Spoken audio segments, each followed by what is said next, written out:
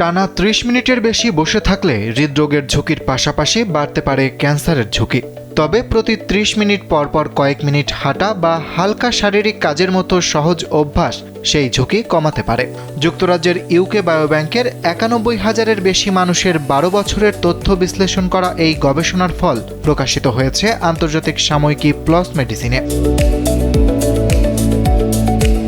গবেষণায় দেখা গেছে, জেগে থাকা অবস্থায় একটানা ৩০ মিনিটের বেশি বসে বা শুয়ে থাকার সঙ্গে ক্যান্সারে মৃত্যু ঝুঁকি বৃদ্ধির সম্পর্ক রয়েছে। জীবন অবাক না করলে কে করবে? ২৮% মিল্ক ফ্যাটের অবাক করার সাথে ফ্রেশ মিল্ক পাউডার। জীবন অবাক করুক প্রতিদিন। শুধু তাই নয়, প্রতিদিন একটানা নিষ্ক্রিয় থাকার প্রতিটি অতিরিক্ত ঘন্টার সঙ্গে এই ঝুঁকি প্রায় ১০% পর্যন্ত বাড়তে পারে বলেও ইঙ্গিত মিলেছে। গবেষণার প্রধান লেখক ইউনিভার্সিটি অব গ্লাসগোর গবেষক ডক্টর ফ্রেডেরিক হো বলেন, একটানা দীর্ঘ সময় বসে থাকার অভ্যাস ভাঙতে অল্প সময়ের হাঁটার মতো সহজ পদক্ষেপও গুরুত্বপূর্ণ সুরক্ষা দিতে পারে। তার মতে, বর্তমান স্বাস্থ্য নির্দেশিকায় মাঝারি বা উচ্চমাত্রার ব্যায়ামের উপর বেশি জোর দেওয়া হলেও হালকা শারীরিক নড়াচড়াকেও সমান গুরুত্ব দেওয়া উচিত।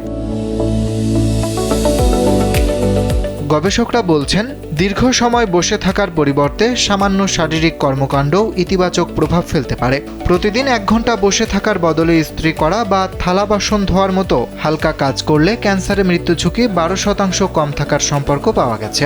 একই সঙ্গে প্রতিদিন ৩০ মিনিট স্বাভাবিক গতিতে হাঁটার মতো মাঝারি মাত্রার শারীরিক কার্যক্রমে ঝুঁকি ৮% কম থাকার ইঙ্গিত মিলেছে।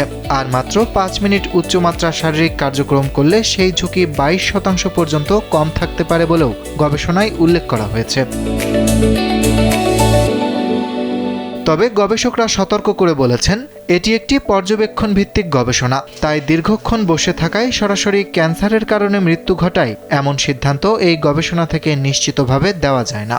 ওপেন ইউনিভার্সিটির এমেরিটাস অধ্যাপক কেভিন ম্যাককনওয়ের মতে, ফলাফলটি আশাব্যঞ্জক হলেও বিষয়টি নিশ্চিত করতে আরও বিস্তৃত গবেষণার প্রয়োজন রয়েছে।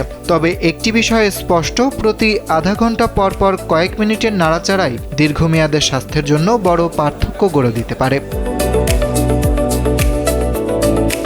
অরিত্র বাসু, কালবেলা।